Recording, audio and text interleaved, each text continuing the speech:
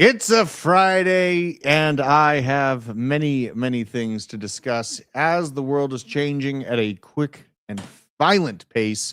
We are on the brink of a war with Iran breaking out as we head into the weekend. Always watching for the aftermarket comments from Donald Trump, maybe the biggest. After Wall Street's closing today, we might have some chaos going on.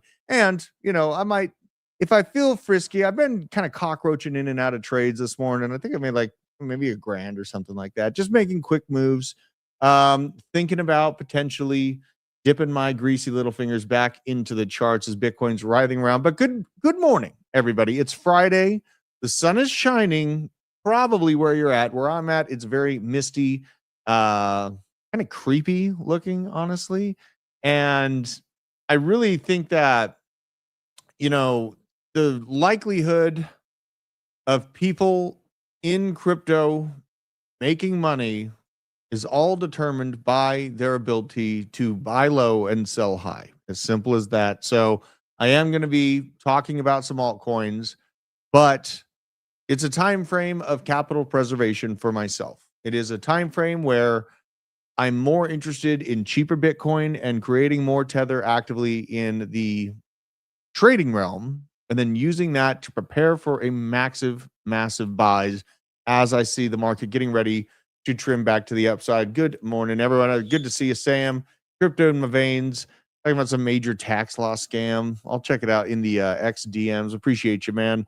Ninja Glock. Sufficient enough. All the wonderful peeps in the world here. Now, let's check out what's going on in Iran.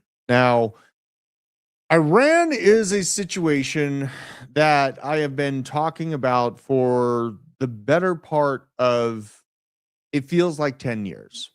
And the reason why Iran was first on my radar was their attempts to hack and infiltrate the power infrastructure in the United States. Iran has a broad message of death to America that's been pushed out. And if you think about the concept that happened in Iraq, it was actually more of an intention of the US to rebuild Iraq and to get involved with the local community and try to rebuild Iraq. Now, we do not see that same propaganda here in the United States to rebuild Iran. All we see is that they are literally out to destroy America and they are our enemy, right? So it's a different setup of propaganda from Iraq to Iran, though they are very close proxies. And what we have going on over the course of the last 32 days is military movements, a constant flow of massive amounts of U.S. military assets flowing into the region. We have positioned ourselves in Saudi Arabia, but really, the positioning of things is quite concerning to me right now. Let's just go to the world map so I can talk about this as things are happening. Good morning, Elise. Let's talk about this because, America is about shock and awe. We like shock and awe to stop wars from escalating very heavily. I guess I might as well just go to Google Maps. Let's just go to Google Maps and check it out on that. So let's see here. We're going to go on over to the Middle East because we're there right now. So America has gigantic destroyer fleets, the USS Gerald Ford, among many others, positioned here in the Arabian Sea and up top in the Mediterranean. A massive amount of aircraft flowing in and positioning on air bases in Saudi Arabia. The media wants you to believe that the UK has stopped American assets from parking on these airstrips as well, but I will tell you from inside sources that is not the case. They just like to act tough against America on a propaganda scale, but we are indeed positioned there. America is still the leadership above all in NATO, right? So what the problem is that China and Russia have small amount of their naval assets right here at the Strait of Hormuz. They have been essentially surrounded by American warships and now massive air campaigns that are dominating the airspace. Now, Iran is not a small country. It is not. It is about 3, maybe even 4 times larger than Iraq. and it's right next to Afghanistan and Pakistan. The crazy part is, y'all remember that massive amount of military equipment that the U.S. left behind and the Taliban had in their hands? Well, Lord love a duck, wouldn't you know it? As we have this build out against Iran going in the Middle East, something very comical, in my opinion. I mean, war is never comical, but when you look back at what we left for the Taliban, and now the Pakistani Minister of Defense has stated that Pakistan is now at war with Afghanistan and the Taliban there within. This is a distractionary method. You have a Afghan-Pakistan war going right next to the east of Iran. This is a great distraction. That Taliban is attacking Pakistan. It's going to deflect some of the attention capabilities. And now you have the Houthis down here more closely located at the Strait of Hormuz, which, they've been able to do a little bit of pirate movement back and forth. In my opinion, this is where I think this goes. We embargo Iran with our military naval fleets. We strike them from the air and basically choke them out. Now, the crazy thing, and where we might get $30,000 Bitcoin, maybe even 20, maybe even a cataclysm of markets across the globe, is if China and Russia decide to strike an American vessel from their positions here at the Strait of Hormuz, then you have a not just slow-moving World War III situation, you have a kinetic World War III situation, a true shit hits the fan type scenario. And these military superpowers are staring down the barrel of each other's naval vessels right now as American assets fly overhead. And the thing about it is, and why I don't think that China or Russia want the smoke from where they're currently at, is because they are under American Space Force satellite systems right now. So we do see a constant flow of these military assets. We have air tankers flying in. We have systems flying into the Iranian region that we haven't seen this scale since the Iraqi war, right? We have not seen this kind of scale of military movement since Iraqi freedom. BRICS versus NATO, absolutely, Darth Mike, absolutely. And, let's talk about BRICS versus NATO a little bit. So what just happened on the BRICS versus NATO side is Venezuela and President Maduro were a BRICS asset. And there was a lot of intention and assistance from Chinese and Russian vessels here in the Caribbean Sea, getting those massive oil shipments over to China, right?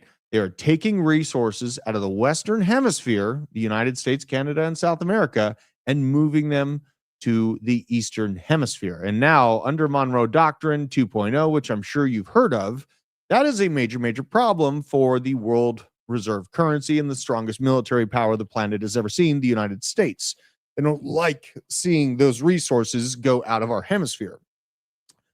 So what we just did is we cut the head off the snake. We kidnapped the president of Maduro. We took him up to New York and took some photo ops. He's still in custody. And now Venezuela has, in my opinion, a puppet president that is under NATO control, that is likely to, and already is, moving those oil assets into America, but is also likely to have some major trade incentives to become part of the United States and NATO regime. Now, over here, BRICS is Brazil, Russia, India, China, and South Africa. The thing is BRICS is kind of turning into shambles. I am seeing India with a pretty strong intention to turn into a more trusted and more utilized trade partner for the United States. And India, in my opinion, will betray China. India will betray China and increase its manufacturing output to provide products and production and trade to the United States, leaving China to basically work on solidifying control within the Southeast Asia region and its partner to the north, Russia. Now, Russia is a massive landmass. A lot of this is frozen. Russia's big breadbasket is Ukraine, right? Ukraine is a major old school breadbasket of Russia, and was having basically NATO assets being planted there. Thus, you have Vladimir Putin willing and in war with Russia for years on end. Now, the thing about the Ukraine and why this matters for Iran is because Iran has been providing Russia a lot of military hardware to continue this war against Ukraine, right? So now this essentially has turned into a World War III risk map, and the markets will become very, very violent to the downside if this turns into the next step, the ugly step, where it turns into China versus the United States. That's where things can get very, very frisky. If this stays isolated to Iran and China and Russia decide to back off, then sure, this could be like a 12-day war, maybe just surgical removal. Very, very quick movement. Fine. That is what my heart hopes for. That's what things look for, but it's not looking good. It's not looking good out there. I want to check out Crypto in My Veins is saying, Iraq Marine vet here. Most wars, BS, political manipulation and or resource manipulation. 100%. War is a game of resources. Absolutely. And propaganda to push that thing. And the thing is, the reason why I started talking about what America's propaganda has been on Iran, it's not to rebuild the culture of Iran, right? We don't have the same intention. So we're not there to capture the hearts and minds and to train the Iranian police to make things all better. We're not. And that leads me to believe that we actually might be nearing the point where things start turning much more into the scorched earth type setup, which is super unfortunate. And I'm not saying that this is a good thing by any means, because we're talking about the potential of not just hundreds of thousands of people dying, like what we've already seen in the Ukraine, but an escalation to a zone where you're seeing millions of people dead, right? And this is not a good thing. This is why it's super important to be prepared. This is why I spend, I talk about crypto a lot. I talk about the markets a lot, but another major side of me is being prepared and trying to do the best that I can as a father to make sure that my family at least can get fresh water, food, electricity, should we see the big bada boom go off. Because I am not seeing a bunch of, this is a scam, this is likely to be a quick move. I'm not seeing those signals. If I did, I would be talking about it. And this is another thing that we need to acknowledge. I voted for Trump as well, and there was a premise that we were not going to be at war, right? But as the president of the U.S., Trump, and even if it was Biden or thank fucking God, Kamala Harris is not the representative of the U.S. while this is all going on. Trump is not a guy that has been known to like war. He is not. He's a businessman. He likes to go to war through business deals.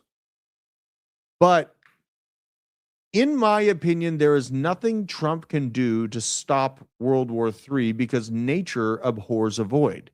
And right now, China wants the spot as the world reserve currency. It wants the spot as the leader. So China is actually, in my opinion, using Russia as a war dog to expand and test the limits of the European nation. China already has massive amounts of predatory loans and land grabs going on in Africa.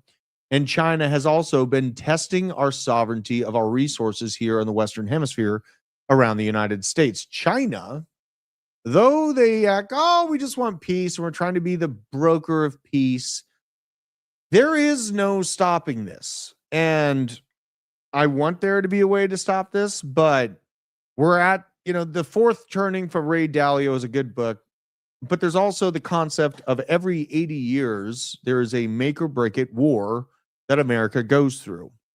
And we are now 80 years from World War II.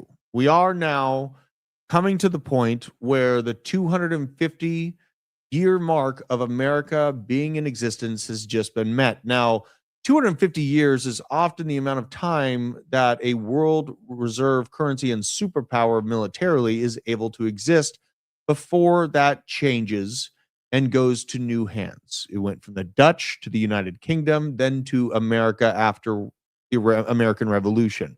America has been sitting in this position for 250 years, but we didn't actually get acknowledged as that world superpower until we stepped in World War II and really laid the hammer down. We dropped a nuke on Japan, right? Now, talking about the potential of World War III and things going heinous actual, Japan is now intent on rebuilding their military. Japan is no spring chicken when it comes to invading China. Japan has invaded China many times. And the new prime minister of Japan is seeming pretty intent on rebuilding that military. And they are likely, in my opinion, and this is me wargaming out, I think Japan would be our attack dog on the eastern front of China. They've done it before. They're, in my opinion, likely to do it again should this go super, super hot. And things are going super hot. So, I'm just having to call it as I see it, you guys. China has a lot of dredged islands, predatory loans, and military installations down here in the South China Sea. The China likely would be looking at Australia. If they were able to expand down to that region, they have a lot of naval and aircraft situation in here. And let me see this. You and DZ move the screen back and forth like you're all on crystal method. Really annoying. Interesting feedback. Interesting feedback. There's a lot of dynamics when I have someone else on the show that I like to move on. But you know what? I'll hear your feedback. I think, Vic, you're mad at me for like being a Christian that curses. Right? I think you're the guy that yells at me for saying curse words. I'm a grown man, and I will say whatever the fuck I feel like saying. So Japan is our likely war dog to cause at least a small distraction on the east side of China. And America getting a foothold, and honestly, we never left. We have the main foothold that America has, and the main partner is actually in the Middle East, Saudi Arabia, right? Obviously, we have our NATO coalition up here, but Saudi Arabia has a large financial intention to keep America its friend. Saudi Arabia makes a lot of money off of selling oil, and they are, in my opinion, Saudi Arabia, it's trying to be the more peaceful option of Islam, and I'm no fan. Obviously, I'm a Christian, but Saudi Arabia is trying to be the more peaceful kind of trade option. Iran is, we're going to lob your head off because you're not Islamic, you're not Muslim, right? So there is no rebuilding this area into some, hybrid NATO trained location. It's just not going to happen. And things are not calming down. So with that being said, particularly with Bitcoin, I mentioned this on the morning show, but $1 billion Bitcoin operation could get wiped out in Iran. It mines Bitcoin at $1,300 US per coin, right? So the price of energy to produce a Bitcoin is disgustingly low in Iran. Now, subsidized electricity sells this same Bitcoin at $68,000 a piece right now. Now that's sliding downtown. It looks like we're about 65.4. We're actually getting close to that target me and Crank were talking about yesterday. Shit. Guys, I might have to get distracted and go leverage trading here real quick. We're falling down to that target we had laid out yesterday. Iran is able to mine very cheap Bitcoin and sell it for $60,000 plus. Not a hedge fund return, not a venture multiple, 50 times the power of cost alone, or the cost of power alone, running on electricity priced at half a cent per kilowatt hour, while Iranian civilians suffer rolling blackouts because 700,000 mining rigs are draining 2,000 megawatts from a collapsing grid every single day. They're choosing to mine the Bitcoin over literally allowing their people to have power. 95% of those rigs are illegal. The IRGC runs the largest operation exempt from electricity bills. But if we see this conflict go hot in Iran, a large drop in hash power is likely to occur. A very large drop in hash power is likely to occur. So they mine a lot of Bitcoin for very, very cheap. Iran accounts for about 2 to 5% of the global Bitcoin hash rate. So that's important to note. It's not like half of the Bitcoin hash rate is going to go away if their power grid is shut down and they're not allowed to move as normal. But this is something worth noting. As crypto investor that I am, Iran is able to create it very cheap. And if that power goes dark, it could get very, very nasty. And also, you remember the Treasury Secretary, Scott Bessent, no, we're not buying Bitcoin. We're confiscating Bitcoin. Probably a lot of Iranian Bitcoin to go confiscate over there. It smells like they need some freedom. It smells like they might need some freedom, according to Scott Bessent. That's just me shooting from the hip, giving you my internal thoughts here. Now, where we're at in the market, it's still bearish. Broader regime in the Bitcoin realm is now heavily bearish, with both spot and futures liquidity deteriorating. Never seen Bitcoin rally when both the sources of liquidity are bearish. If it was the math, an educated guess from a great post from Willy Woo, he'd say Q4 would be good timing for the end of the bearish trend, and Q1 and Q2 of 27 for that bullish momentum to return.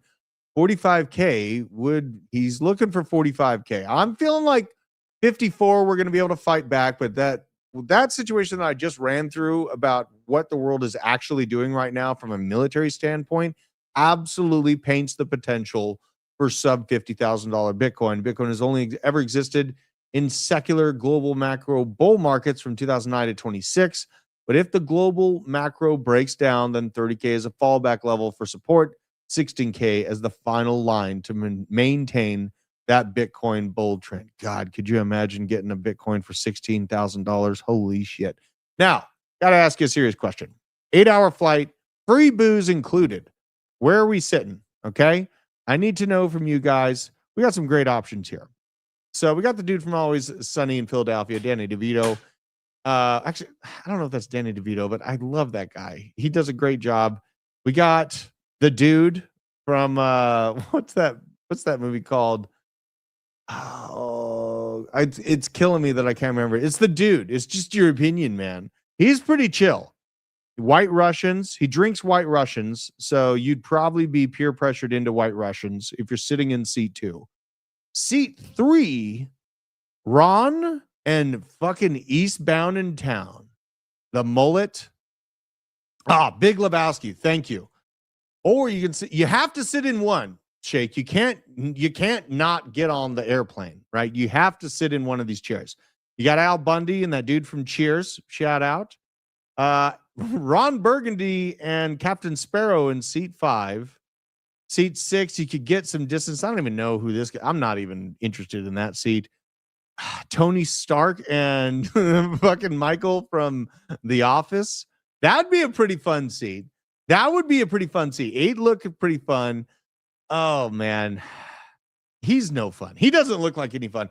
Honestly, I think I would be able to say more insane shit and get out more of the conversation from seat 3 for me personally. But seat 8 is awful attractive here. Seat 8 is awful attractive. I think I'm going with seat 3. I'm going with seat 3. You let me know. We got seat 5, no question. Yeah, it's pretty decent option. 8 would be fun. 8 all day. 3, yeah, that's a good one, Mikhail, right? 3's pretty good. 6 for meaningless. What are you leaving the seat open for Hannah? Seat number 5. Let's see here. Ron Burgundy. Number 2, that'd be a pretty controlled conversation for sure. Number 1 for Gal. Number 1 for Gal. Yeah, Kenny Powers has all that alpha on that fucking plane, and you fucking shave your armpits. You're more aerodynamic when you fight, man. That's how you do it. Now, we got to talk about some things in terms of humanity. I knew you left that seat open for Hannah, you sick fuck. I knew it. All right. Jack Dorsey just laid off 40% of his staff. Stock surges by 15% in the blink of an eye.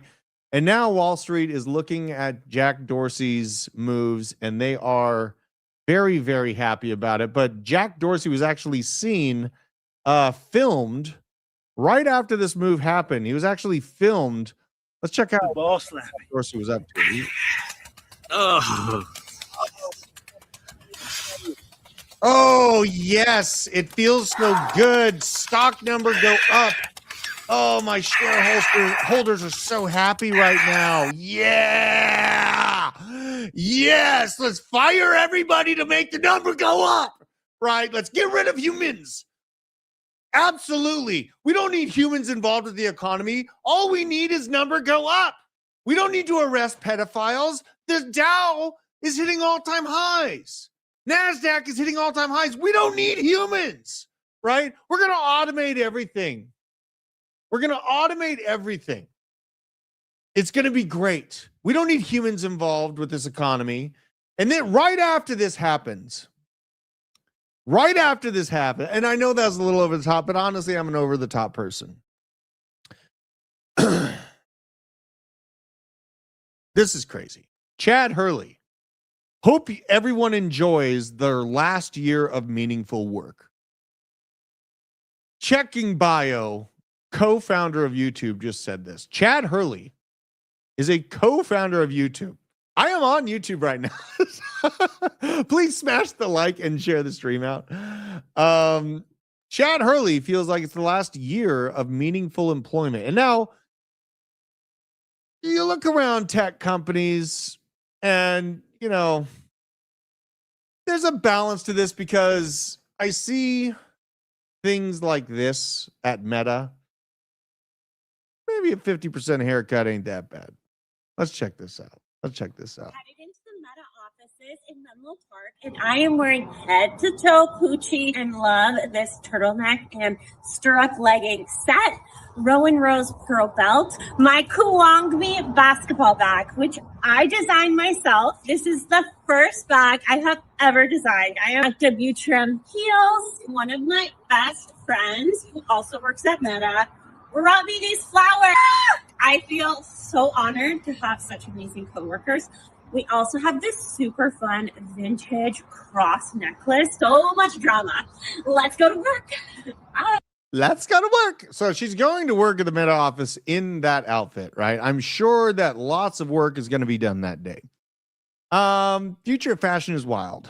You know, I feel like, you know, sectors of our society, these data companies, a lot of their employees, this is basically glorified childcare, grown-up childcare. So the idea of hard work is kind of scary to people, right? The idea of showing up every day and actually working your ass off, kind of scary. And honestly, the culling to a degree was brought on ourselves, right? It was brought on ourselves by allowing workforce culture to deteriorate to that level at the highest gross companies out there. They turned into basically daycares, and that shouldn't be the case. And now you have the invention of AI basically executing their jobs in mass, right? It's happening. Now, some workers are still around. Senor, you stepped into the Thunderdome, baby. Some workers are still around, like, right? You still, like, I go to some drive-thrus and they have the AI thing saying words to me, and it hasn't gotten my order wrong. I will say that. A lot of these places, like Burger King, for instance, still have people on the other side of the little drive-through window. But now, this is crazy.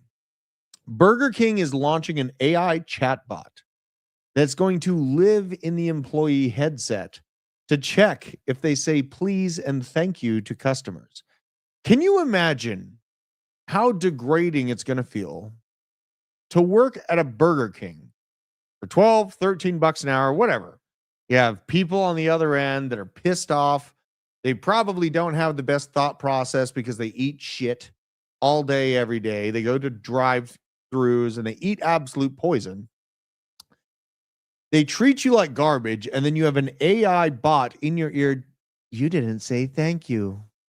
We are reporting this to corporate headquarters. This is probably going to cause some crash outs. And yes, service has gone to shit. Absolutely. But this is going to cause some major crash outs. Oh my God. I'm getting so distracted right now. But you know what? This is my crash out Friday. This is my zone. And Chick-fil-A, it experienced its upswing because of please and thank you. Some pretty simple, just standard operating procedures for treating people well, I would say. Being told, yes, that'll be right out, sir. Hearing those kinds of responses from an employee, I think is a large reason why Chick-fil-A ended up going so well. But the noticing of this continues, right? This is such an unhinged show today. The noticing continues. And this is what it would look like if Popeyes hired a white dude. Hi, can I just get a 3-piece spicy with the mac and cheese inside? Yes, sir. Is that gonna be all for you? Yes, sir. Yes, sir. Yeah, that's it. All right, it'll be $13.57. Thank you. No problem. Sir, your food. Huh? Yeah, your food's ready to go.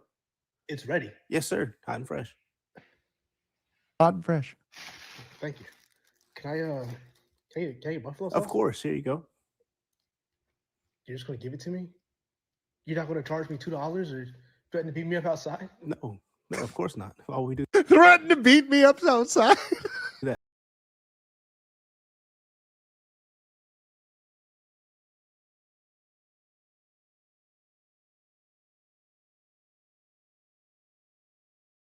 Oh my God. There's something special about treating your average person with a little bit of respect, right?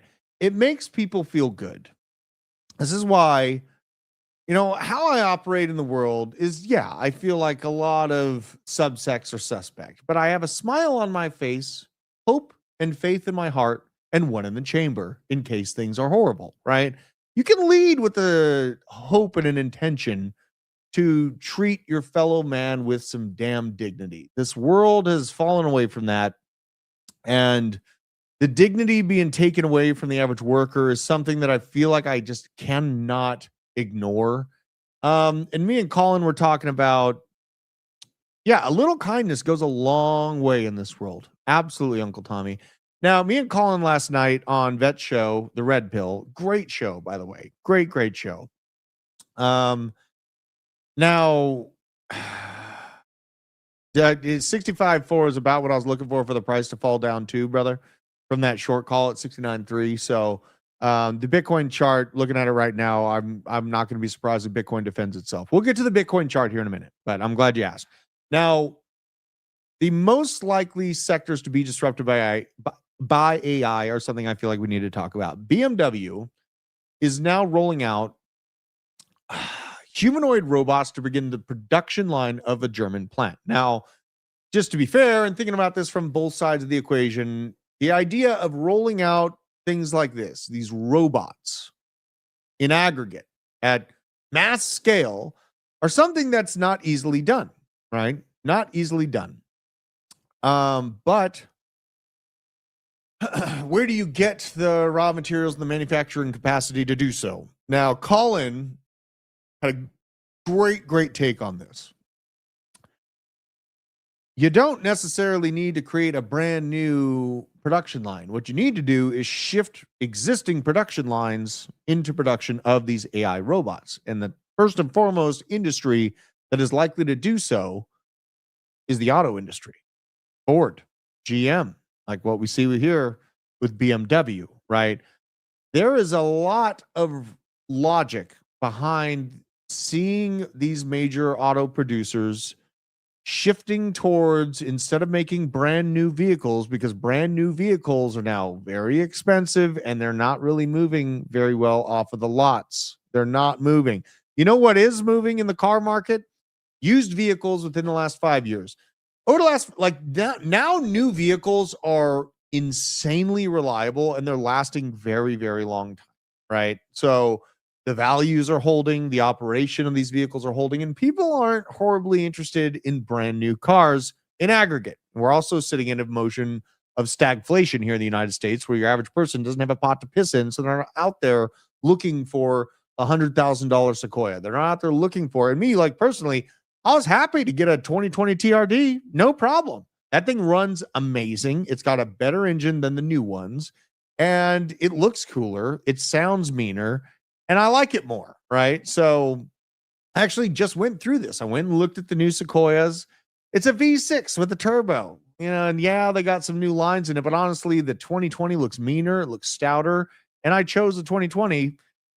I could see the lack of buying pressure on the US and world car sector causing a shift to go into robot production and lines creating even more robots with that existing infrastructure. So we might not be as far away as we think or want to think from this AI fever dream, this robot fever dream taking everybody's jobs, right? Now, this is an interesting kind of diagnosis. This is put out by Ben Sigman.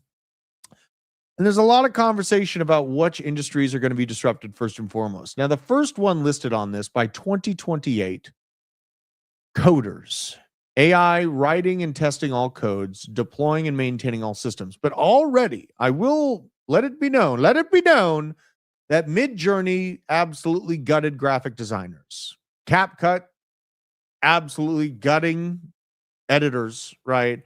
And, Opus came out gutting clippers, right? So I've already seen imagery AI systems really disrupting existing infrastructure. And now when Midjourney, and this is a little bit of a talk of what I've seen.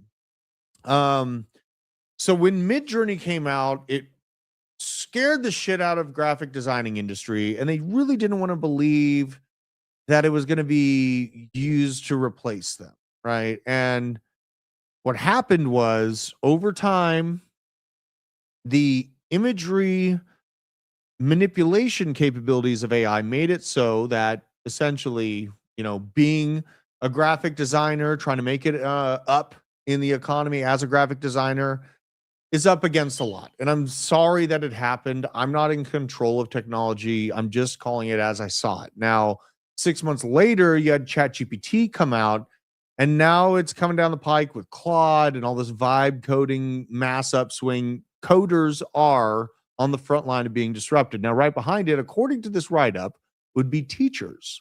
Personalized AI tutors becoming available and an individual attention for every student. And in the chat, let me know if you disagree or agree with these outlooks.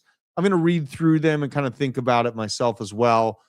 2030, the year after that, this writer is looking at artists, AI generating any creative content, images, songs, movies on demand. Now, this does affect me directly as a heavy metal musician, and probably at a point, if I can't keep AI on its toes, it will disrupt me in what I do as a journalist, as a show host, and I acknowledge that. I absolutely acknowledge that. And myself, I use like probably 20 or 30 different AI prompts and protocols to increase my output into what I do, right? So I am trying to leverage and understand this technology so that I might be able to have a place, 10, 20 years down the line, advising people on what the hell this is, because a lot of people aren't paying attention to what's going on right now. So artists by 2030, then move up to 2031, factory workers. Infrastructure is there, total automation takes over, lights out on manufacturing jobs everywhere. 1 year later, well, actually within that same year, lawyers, AI reading all law case instantly, writing perfect contracts and briefs. And honestly, guys, like, we're kind of already there. Doctors, AI diagnosing better than humans. This one is the most questionable in my mind. Prescribing perfectly and never forgetting. I would say my thoughts on this were that, people like having a female nurse walk in and tell them it's going to be okay after surgery. the soft touch of a human finger still hasn't been able to be mass produced by robots yet. And I don't think it's something that will never happen, but this might be a little bit further down the road than 2030. Radiologists already losing their jobs. This is good information. This is good information. Knowledge work is cooked. Right. I started at Hit Network as a researcher and writer and learned what was called the Boolean search method. Boolean is dead. You don't need Boolean. You don't need people like what I was when I first started this job 4 or 5 years ago. You don't. I had to evolve at a very vicious and rapid pace. And I will implore all of us watching this show to consider the need for needing to evolve with it at a vicious and rapid pace to continue staying relevant as workforce in this very fast moving economy, right? Now, after 2030, 2031, we move into 2032. And that's where surgeons, robotic surgery with zero tremor, zero shake, perfect precision every time. And they're already testing that, right? They're already testing this with remote robot operators, seeing how well they can do operations. And there are some operations being done remotely right now by these robots. They don't have a lot of these robots available yet, right? They don't have a lot of robots of these available yet. Now we move into kind of the 2033 timeframe. Soldiers, AI controlled drones and robots. Right now we have humans controlling the drones and robots. Automated warfare systems being deployed. Likely, the World War III situation that we were talking about at the beginning of the show is not going to be solved by 2033. And I could actually see, Palantir automated warfare taking its hold. I could see this, right? So things, and the reason why I wanted to talk about this time frame in a more tangible manner is just because, first we saw graphics and imagery disrupted by AI. Then we saw the search bar come out and the coders are starting to feel it and researchers for sure feeling it. But the rate at which things are being disrupted is quickening. Over the last few weeks, instead of every month or every, 6 months, we'd see major industries get disrupted. Now we are seeing a disruption every 2 to 3 days. This is concerning to me. The volume of change is increasing. The pulse of change is increasing at a very parabolic level. And I'm very, very serious when I say this. We need to adapt violently into this. We need to understand how this is changing. And even knowing about what's going on right now and why 40% of the workforce there is gone and why Amazon's replacing everyone, understanding why and then the tool behind it is going to make you a valuable asset in understanding what it is, say 2035, 2040, when it turns into, instead of a fad, now it's something like the internet, where you have to know how to use the internet to set up a trip. You have to. And there are, companies out here that advise on how to use it, right? There are absolutely companies out there. Now, in the midst of this absolute shit sandwich that's going on in the world and what we know is reality, there's also the potential of quantum computing, right? Quantum computing, even laid out some stocks that look kind of juicy in that realm. Yeah, it's a singularity, kind of feels like we're already there, doesn't it? Quantum computing is something being developed in the background, and now Ethereum is trying to make it quantum safe. This is Vitalik Buterin's reason that he says he's selling massive bags of Ethereum right now, is to fund the movement of Ethereum to become quantum resistant. Now, I want to listen to this. We're going to listen to this as a family and kind of discuss if this is the right or wrong thing to do for the founder of Ethereum as he's actively selling as we head into the guts of a bear market. Let's have a listen to the twit from Communist Ideas. Let's talk about, I'm curious about quantum computing. How big of a threat is it and on what timeline? So if you go to Metaculus, if you just like search Metaculus quantum computing, it's like one of these forecasting websites. The median answer that you get is, I think, for when quantum computers powerful enough to break cryptography will come, and it's like somewhere between 2030 and 2035.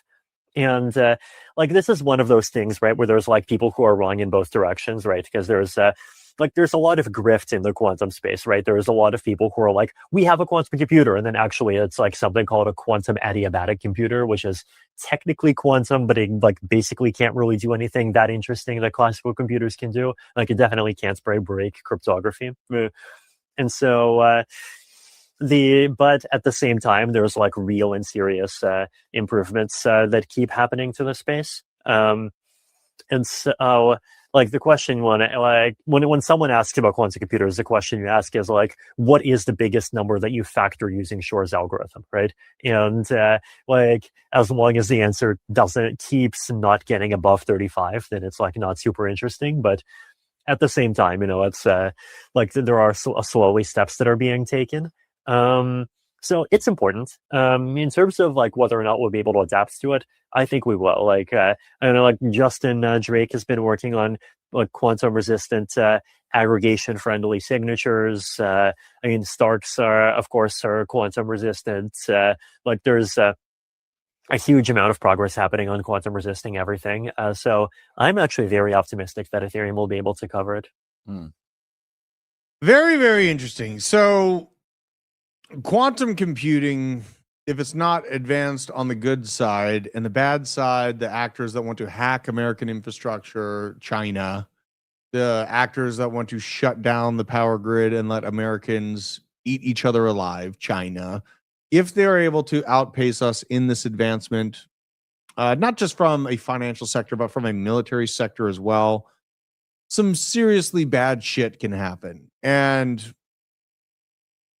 if the wallet, like, I don't know what the Bitcoin wallet of Satoshi can do in this situation, because the wallet that the Satoshi wallet houses those million Bitcoin in right now, by many smart people's outlook, is not quantum resistant, right?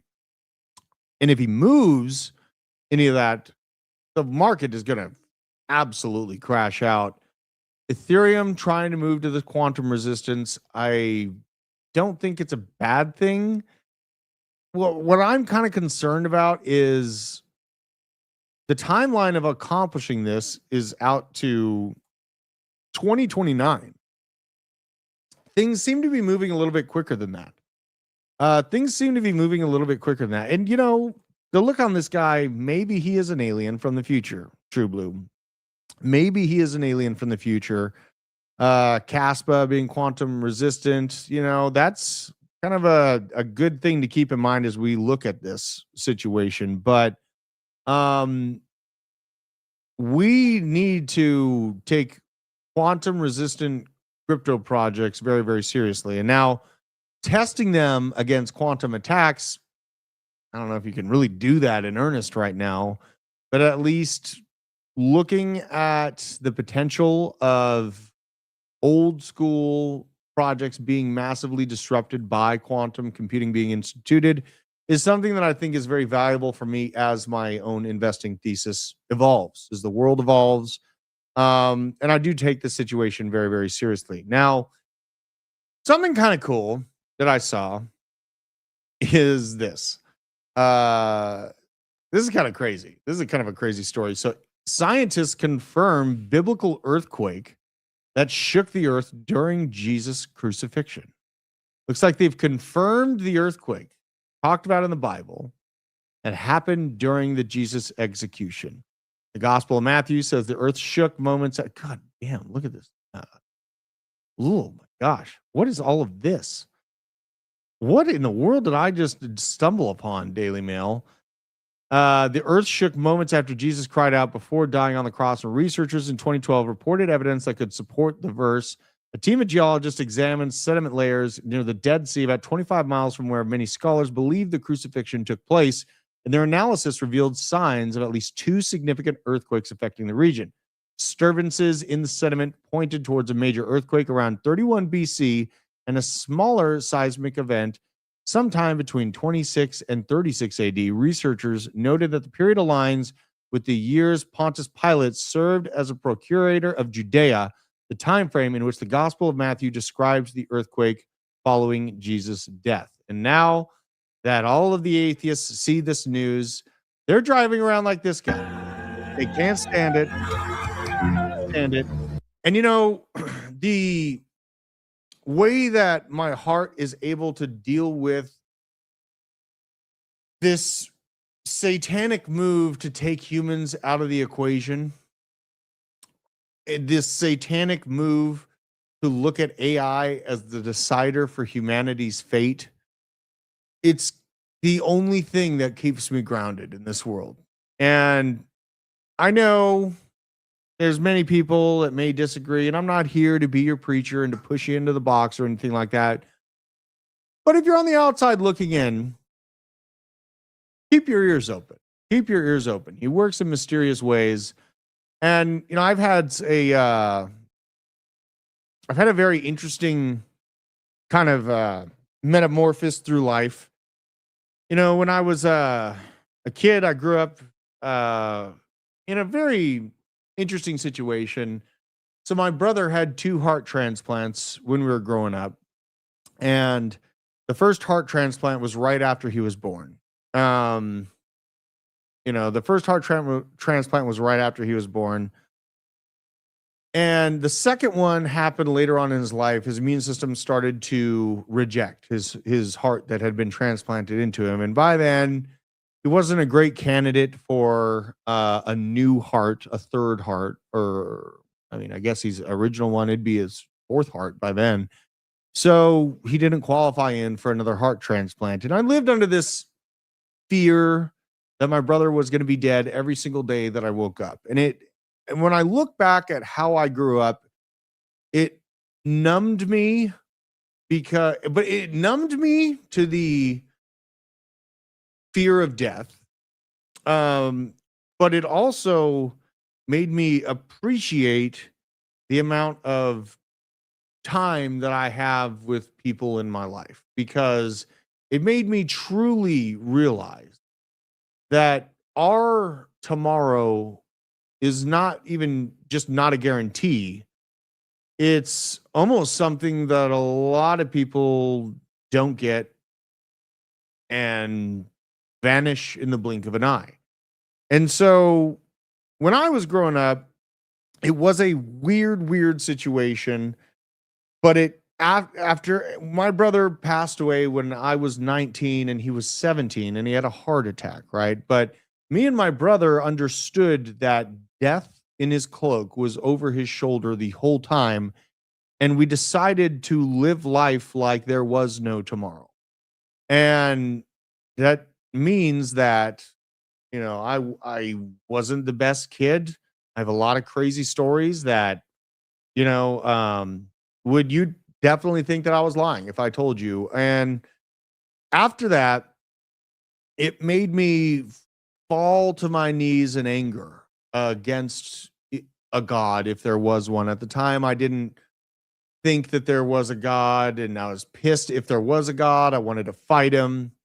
And I didn't grow up in like when I was up to like 6, you know, we weren't like the best off, but my parents worked really hard and got to a really good spot, and things started to go really well financially, right? And they provided for us. They moved up. We got, you know, they started moving into newer, better houses, and they kind of caught the golden age of the house value increase. And I was able to grow up in the golden age of high school, right? I just as a side note, I found a picture of me in high school. You can see how much of a menace I actually was in high school. It's all in this picture, folks. I mean, this is my look, right? Let's see if I can match it. You know, this is the look that's been on my face for basically my whole life. You know, I was a sarcastic prick in high school. I understand that. And, you know, so when I'm growing up, I had the golden age.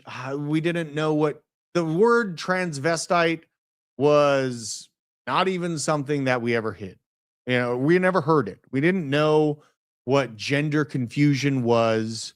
We didn't even have all this racist dialect going through our heads. It was really like, you know, it was something completely out of mind. Damn, I'd want to punch that kid in high school. I got in many fights. I did get in many, many fights. And actually, I grew up pretty small. So a lot of people wanted to punch this face. I have been in a shitload of fights. The last time I lost a fight, I was probably 9 years old, right? And I was able to get in so many fights that, like, you know, I started doing boxing on my free time with my brother, and he was giant, you know what I mean? So I was able to practice boxing on a giant. And, you know, now I'm teaching my son boxing. I think boxing is something very, very important to have as a child growing up, especially a boy, right? For girls, you know, I hope that they wouldn't have to use it, but I just tell her, go for the balls. Just go for the balls, and don't even go for the head after you get the balls. Just keep just beating the shit out of the nuts, you know, for girls. They don't need to try to punch anyone in the face. I was about 9 years old, right? 9 years old. The last full-on fight outside of sparring in the boxing gym, the last full-on fight, let me think here. I think it's about 23, 24. You know, the last fight I was in was about 23 or 24. The cops didn't even believe that I was involved with the fight from the other person. They didn't even believe me. They just fucking get out of here, kid. You know, I'm not going to sit here and try to brag about the fight. The guy he literally reminded me of Brock Lesnar. I don't know how. I honestly, like, I was standing in front of him and I was like, if he hits me in the face, I am a dead man. But I still was in there. And then he hit me and I realized he was so big, his arm moves slow. And so when he hit me, it was actually weaker than a lot of the smaller guys that I fought. Smaller guys got that velocity. When this giant hit me, it was off to the races. But, you know, my arc in this world has always, I realized that nothing is guaranteed. And I realized that you have to do what you love. You have to do what you love in this life. He did that. He did not hold back, Boosie. He did not hold back. We don't have all the time on this world. And I, in my heart of hearts, know, I don't have just a faith. I know that God exists. I can't give that knowing to you. There is no way for me to send it through the camera so you can know too. And that really hurts my feelings that I can't do that. But I know God is there. And I also know that you must do what you love. This is why I went down the route and was vicious about making sure that I could do what I love through my life. Heavy metal musician, and I was delivering the word of God through heavy metal to the people that were furthest away from it. That's what I knew I wanted to do, and I got there. And I sat down with my wife about 6 years ago as we were entering COVID season and tyranny was peeking its head out. And I really, I was a heavy metal musician at the time, but I kind of felt like I had gotten a lot of what I wanted out of that. And I wanted to be heard from the woods. I wanted to have sovereignty over my future. And I wanted to essentially take control of my work life, right? Because I was, at the time in HR and they wanted to jab everyone and the police department wouldn't hire me because I wasn't jabbed in Boulder. And so I was I was on the path. I was about to get hired by the Arkansas State Troopers before TJ reached out. Well, I reached out to TJ and TJ hired me because I predicted Ukraine. And he's allowed me to go down the path of exactly what I wanted to do in the next step of my life. And, I would have done it anyways, but I will say that it's really important to do what you love. I will say it's really important to do what you love because I don't feel like I work a single day of my life. I want to wake up. I want to go do this job because I think it matters. And I really think that sometimes God takes away things that you think you need to really test you and push you to grow so that you're ready for that next step in life. And I think that, even still, like, crazy things will happen in my life. Friends will betray me. Things will get stolen, whatever. My car, the Sienna's van dies. Think about this. The Sienna, the transmission went out when Bitcoin hit 87K. And I was forced to go get a new car. And so I was forced to disband of a lot of my altcoin positions, even though, I had the hope we were going to bounce and blah, blah, blah. I G-did the vast majority of my portfolio and went and got the car that I wanted. And then after that, the market falls by 50, 60%. I might be lucky. I think more so it's that God has a direct intention to take care of me.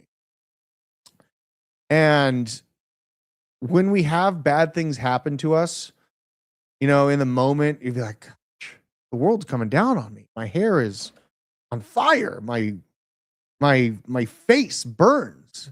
But then when the month plays out, when the evils of humanity play out for the next few months, in hindsight, you look at it and you realize that he had your back and he was driving the car for you the entire time. And it's insane. It's insane. So I wish I could give the no to you through the camera lens. I can't. I just would say your time here is finite. On planet Earth, you don't have all the jelly beans in the world. You don't have infinite jelly beans. This vessel that we're in, this body, is finite. You must treat your body well. You must put good food in your body. You must improve your body's capability of physical fitness. And you must take this with all of the gratitude that it deserves. All of this oxygen and this ecosystem of plants and food, all of this is a perfectly designed ecosystem. And you can argue till the cows come home on if it's designed by a divine being or not, but I know that we are very, very lucky to have this world. And I implore you to treat this moment with respect. Don't get lost in the evils. Don't get lost in the idea that AI is going to have your good intentions if you hand over the keys to humanity to AI, that it's going to be that God you've always been looking for. Please do not fall for that. I love you guys, and I will see you next week. Take care.